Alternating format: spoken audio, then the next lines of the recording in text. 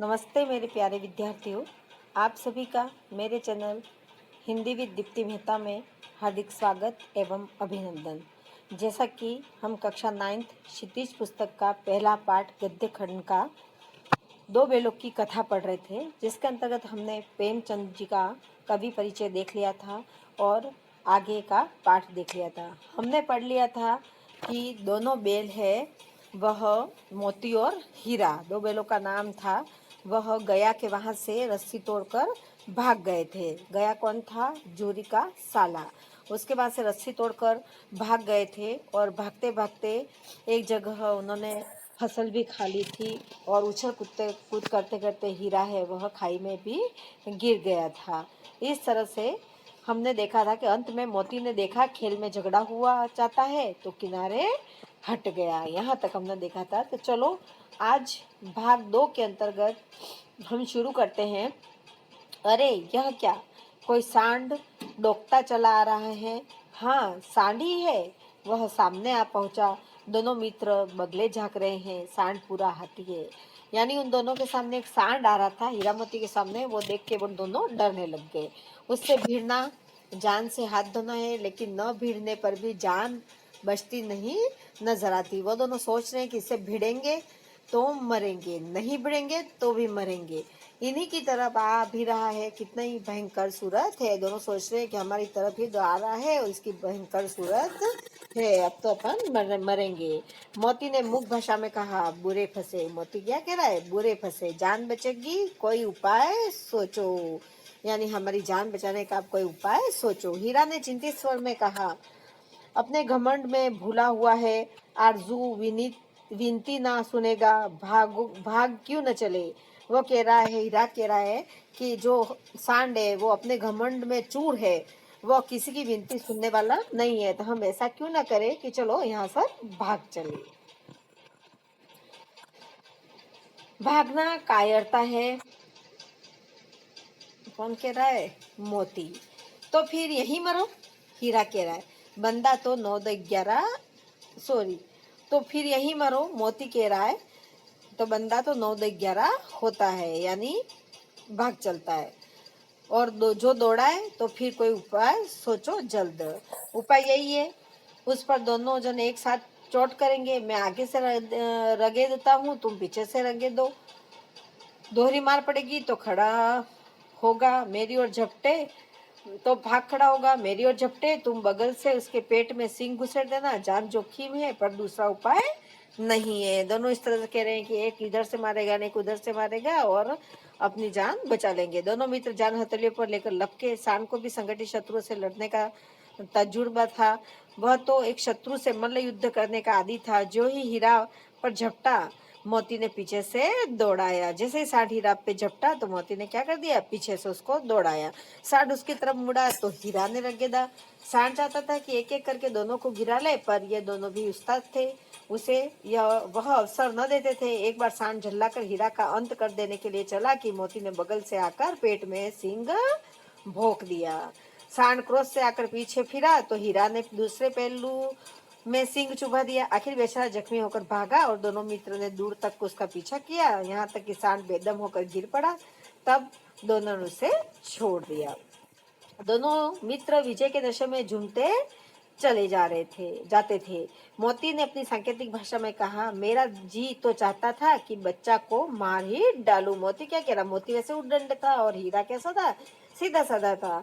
तो यहाँ एक ध्यान रखना है, जो सीधी सादी बातें कही है वो हीरा ने कही है, जो उद्दंडता वाली बात कही है वो मोती ने कही है। तो आपको पता चल जाएगा। मोती ने अपनी सांकेतिक भाषा में कहा, मेरा जी तो चाहता था कि बच्चा को मार ही डालूं। हीरा ने तिरस्कार किया, गिरे हुए बेरी पर सींग न चलाना चाहिए, कि यानी बिना हथियार वाले को कभी भी मारना नहीं चाहिए।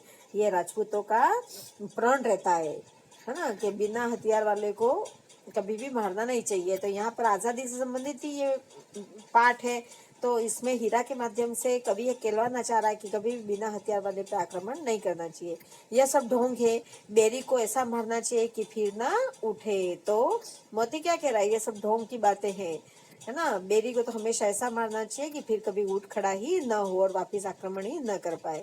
अब घर कैसे पहुंचेंगे वह सोचो, पहले कुछ खा ले तो सोचे। सामने मटर का खेत था ही। मोती उसमें घुस गया। हीरा मना करता रहा पर उसने एक न सुनी। अभी दो ही चार घास खाए थे कि दो आदमी लाठियां लिए दौड़ पड़े और दोनों मित्रों को घेर लिया। हीरा तो मेड़ पर था, निकल गया और मोती सींचे हुए खेत में था। उसके खूर कीचड़ में धंसने लगे। जो उसके पैर के नीचे का जो भाग होता है वो खूर कहलाता है। वो कीचड़ में धंसने लगे। किसके? मोती के। न भाग सका, पकड़ लिया। हीरा ने देखा संगी संकट में है तो लौट पड़ा। फंसेंगे तो दोनों फंसेंगे। रखवालों ने उसे भी पकड़ लिया। प्रातःकाल दोनों मित्र कांची हाउस में बंद कर दिए गए। कांची हाउस को वो कहलाता है जहाँ पर जो जंगली मवेशी होते हैं, जो इस तरह से दूसरों के खेतों में जाके घुस जाते हैं या किसी को मारने दौड़ते हैं, इस तरह के जो वो होते हैं पशु, उनको कांची हाउस में ले जाकर बांध दिया जाता है और कुछ उनको दंड देके फिर उनको छोड़ दिया जाता है। तो इन दोनों को भी, क्योंकि मटर के खेत में मटर खा गए थे, तो कांची हाउस में इन दोनों को बंद कर दिया। दोनों मित्रों को जीवन में पहली बार ऐसा साबिका पड़ा कि सारा दिन बीत गया और खाने को एक तिनका भी न मिला। समझ ही में ना आता था ये कैसा स्वामी है। इससे तो गया भी अच्छा था। यहाँ कई भैंसे थी, कई बकरियां, कई घोड़े, कई गधे, पर किसी के सामने चारा न था। सब जमीन पर मुर्दों की तरह पड़े थे।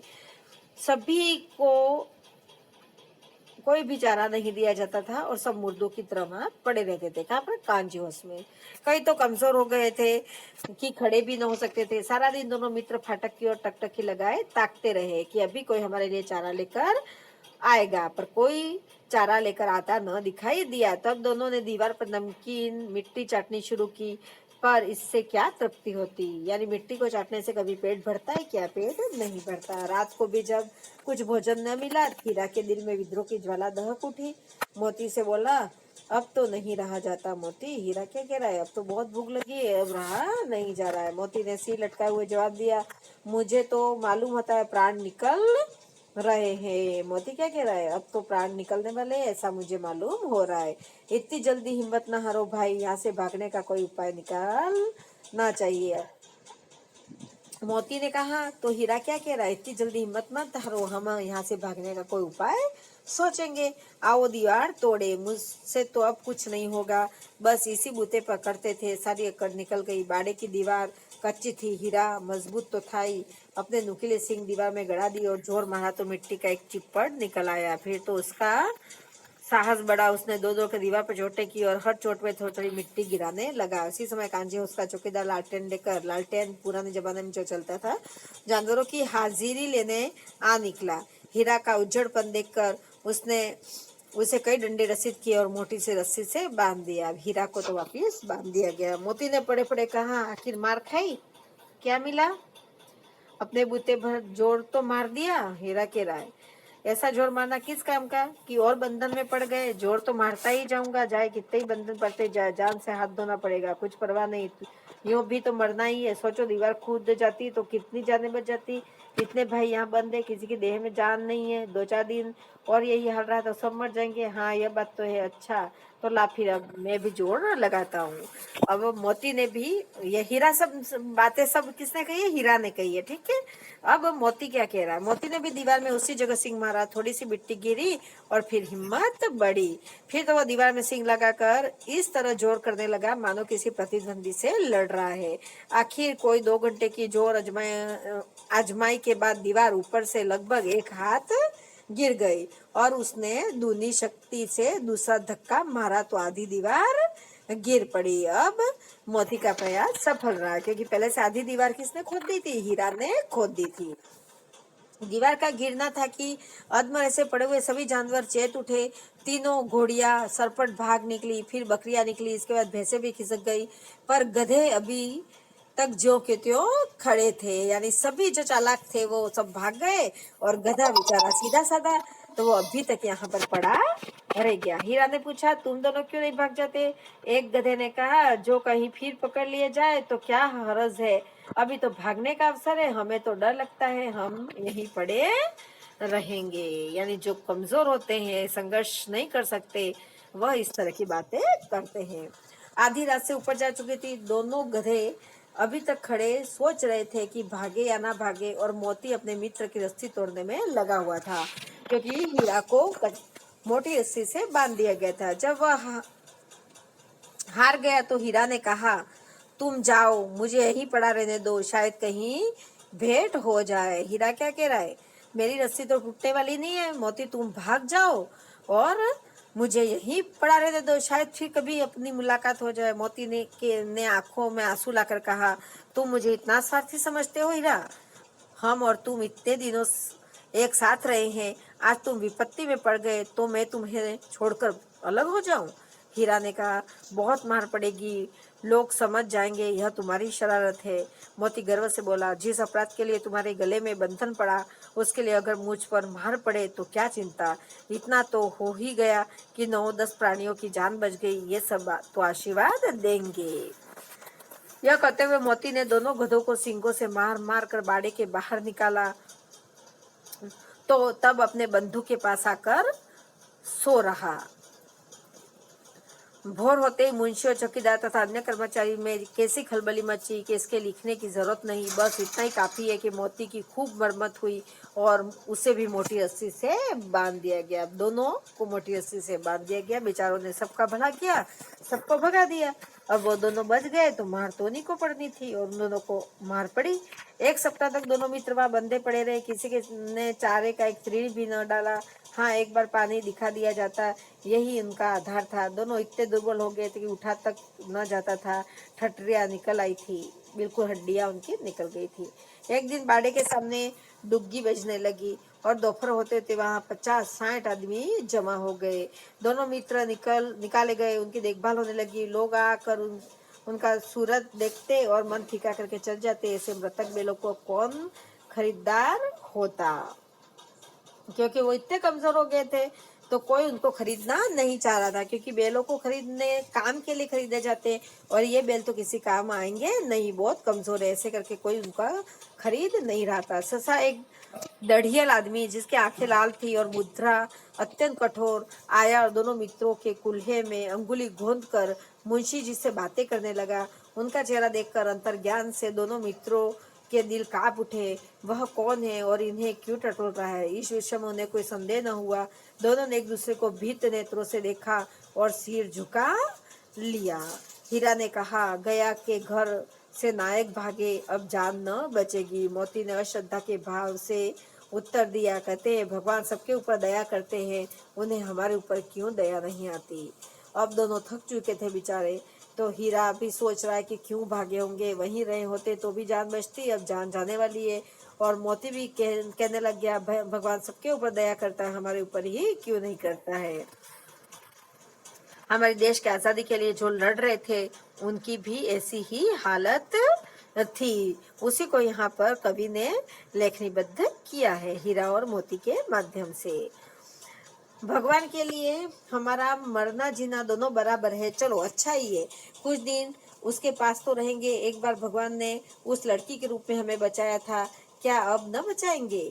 वह यह आदमी छुरी चलाएगा, देख लेना, तो क्या चिंता, मांस खाल सींग हड्डी सब किसी न किसी काम आ जाएंगे। नीलाम हो जाने के बाद दोनों मित्र उस डडियल के साथ चले। दोनों की बोटी कांप रही थी, बेचारे पाव तक न उठा सकते थे, पर भय के मारे गिरते पड़े भागे जाते थे, क्योंकि वह जरा भी चाल धीमी हो जाने पर जोर से डंडा जमा देता था। राह में गाय बैलों का एक रेवड़ समूह है ना, रेवड़ मतलब गाय बैलों का समूह हरे हरे हार में चढ़ता नजर आया। सभी जानवर प्रसन्न थे, चिकने चपल, कोई उछलता था, कोई आनंद से बैठा पागुर करता था। कितना सुखी जीवन था इनका, पर कितने स्वार्थी हैं सब, किसी को चिंता नहीं कि उनके 2 भाई बधिक के हाथ पड़े, कैसे दुखी है। ससा दोनों को ऐसा मालूम हुआ कि यह परिचित रहा है। हाँ, इसी रास्ते से गया उन्हें ले गया था, वही खेत, वही बाग, वही गांव मिलने लगे। प्रतिक्षण उनकी चाल तेज होने लगी, सारी थकान, सारी दुर्बलता गायब हो गई। आह, यह लो, अपना ही हार आ गया। इसी कुएं पर हम पूर चलाने आया करते थे, यही कुआं है। उनको सारी बातें याद आ गई कि ये तो हमारा रास्ता है जहाँ हम रहा करते थे। मोती ने कहा, हमारा घर नजीक आ गया, यानी हमारा घर नजदीक आ गया है। हीरा बोला, भगवान की दया है, मैं तो अब घर भागता हूँ, यह जाने देगा, इसे मैं मार गिराता हूँ। नहीं नहीं, दौड़ कर थान पर चलो, वहां से हम आगे न जा पाएंगे। दोनों उन्मत्त होकर बछड़ों की भांति कुलेले मतलब क्रीड़ा करते हुए घर की ओर दौड़े। वह हमारा थान है। दोनों दौड़कर अपने थान पर आए और खड़े हो गए। डडियल भी पीछे पीछे दौड़ा चला आ रहा था। जूरी द्वार पर बैठा धूप खा रहा था। बैलों को देखते ही दौड़ा, उन्हें बारी बारी से गले लगाने लगा और मित्रों की आंखों से आनंद के आंसू बहने लगे। एक जूरी का हाथ चाट रहा था। डडियल ने जाकर बैलों की रस्सियां पकड़ ली। जूरी ने कहा, मेरे बैल है, तुम्हारे बैल कैसे? मैं मवेशी खाने से नीलाम लिया आता हूँ। मैं तो समझा हूँ चुराए लिए आते हो। चुपके से चले जाओ, मेरे बैल हैं, मैं बेचूंगा तो बिकेंगे। किसी को मेरे बैल नीलाम करने का क्या अख्तियार है? कौन कह रहा है? जूरी कह रहा है उस घड़ियाल को कि भाई तुम यहाँ से चले जाओ, ये मेरे बैल है और मेरे बैल की नीलामी करने का किसी को कोई अधिकार नहीं है। जाकर थाने में रपट कर दूंगा। मेरे बैल है, इसका सबूत यह है कि मेरे द्वार पर खड़े हैं। डडिया झल्लाकर बैलों को जबरदस्ती पकड़ ले जाने के लिए बढ़ा। उसी वक्त मोती ने सिंह चलाया। डडिया पीछे हटा, मोती ने पीछा किया। डडियल भागा, मोती पीछे दौड़ा। गांव के बाहर निकल जाने पर वह रुका, पर खड़ा डडियल का रास्ता देख रहा था। डडियल दूर खड़ा धमकियां दे रहा था, गालियां निकाल रहा था, पत्थर फेंक रहा था और मोती विजयी शूर की भांति उसका रास्ता रोके खड़ा था। गांव के लोग यह तमाशा देखते थे और हंसते थे। मतलब हीरा मोती की आज जीत हो गई, वो अपने पुराने घर पर आ गए वापस। जब डडियल हार कर चला गया तो मोती अकड़ता हुआ लौटा। हीरा ने कहा, मैं डर रहा था कि कहीं तुम गुस्से में आकर मार न बैठो। अगर वह मुझे पकड़ता तो मैं बेमारे न छोड़ता। अब न आएगा, आएगा तो दूर ही से खबर लूंगा। देखूं कैसे ले जाता है, जो गोली मरवा दे। मर जाऊंगा पर उसके काम तो न आऊंगा। हमारी जान को कोई जान ही नहीं समझता, इसलिए कि हम इतने सीधे हैं। जरा देर में नादों में खली, भूसा, चौकर, दाना भर दिया गया। दोनों मित्र खाने लगे। जूरी खड़ा हो दोनों को सला रहा था और 20 लड़के तमाशा देख रहे थे। सारे गांव में उछाल सा मालूम होता था। उसी समय मालकिन ने आकर दोनों के माथे चूम लिए। मालकिन कौन थी? जूरी की पत्नी। उनको भी अब उन दोनों बेड़ों से लगाव हो चुका था। यहाँ पर ही अपने पाठ समाप्त होता है। इसके नीचे अपने कठिन शब्दार्थ है, वो भी अपन देख लेते हैं। किसने क्या कहा, कब कहा, किसने कहा, ये सारी चीजें मैंने बताई है। फिर भी कभी कुछ बीच में छूट गया है तो अपन जब क्वेश्चन आंसर करेंगे, इसके प्रश्नोत्तर की सीरीज में जब चलाऊंगी, तब मैं सारे एक एक वाक्य लेकर आपको बता दूंगी कि मोती ने ये कहा, हीरा ने ये कहा, जूरी ने ये कहा, गया ने ये कहा। इसलिए कुछ छूट जाए तो टेंशन आपको नहीं लेनी है, ये मेरी टेंशन है, मैं आपको पूरा कराऊंगी। तो चलो अपन देख लेते हैं शब्दार्थ। वैसे मैंने बीच बीच में आपको बता ही दिए हैं, फिर भी देख लेते हैं। निरापद, सुरक्षित, फर्स्ट में आया था ये शब्द। सहिष्णुता, सहनशीलता, पछाई, पालतू पशुओं की नस्ल। पछाई जाति के थे दोनों में हीरा मोती। गोई, जोड़ी, दोनों की जोड़ी को गोई कहते हैं। कुलेल मतलब क्रीड़ा करना। विषाद, उदासी, पराकाष्ठा, अंतिम सीमा। गण्य मतलब गणनीय। जापान के लिए आया था कि जापान गण्य में सम्मिलित हो गया है, तो गणनीय सम्मानित देशों में शामिल हो गया था। विग्रह, अलगा, पगहिया, पशु बांधने की रस्सी, दोनों के पगहिये में रस्सी बांधी थी जब वो ले जा रहा था तब। गराब यानी फुंदेदार रस्सी जो बैल आदि के गले में पहनाई जाती है। गराब उसमें नहीं, दोनों के गराब लटक रहे थे गले में, जब दौड़ के भाग के आ गए थे तो गराब क्या था कि गले में फुंदेदार जो रस्सी होती है जो बैल के गले में बांधी जाती है, उसको गराब कहते हैं। प्रतिवाद, विरोध, टिटकार, मुंह से निकलने वाला टिक टिक का शब्द। मसलहत, हितकर, रगेदना, खदेड़ना। मल्लयुद्ध, कुश्ती, साबिका, वास्ता या सरोकार। कांजी होश, मवेशी खाना, वह बाड़ा जिसमें दूसरे का खेत आदि खाने वाले या लावारिस चौपाए बंद किए जाते हैं और कुछ दंड देकर छोड़े जाते हैं या नीलाम किए जाते हैं। रेवड़, पशुओं का झुंड होता है, समूह होता है, उसको रेवड़ कहते हैं। उन्मत्त, मतवाला, थान, पशुओं के बांधे जाने की जगह। उत्साह, उत्सव या आनंद। यहाँ पर आपका ये फर्स्ट पार्ट प्रेमचंद जी का दो बेलों की कथा समाप्त होता है। कुछ भी समझ में नहीं आए आप नीचे कमेंट बॉक्स में जरूर कमेंट कर सकते हैं, आपको प्रत्युत्तर मैं उसका जरूर दूंगी। इसी के साथ आपको मेरा पढ़ाना पसंद आया हो तो मेरे वीडियो को ज़्यादा से ज़्यादा लाइक करें, शेयर करें, मेरे चैनल को सब्सक्राइब करें। जय हिंद, जय भारत।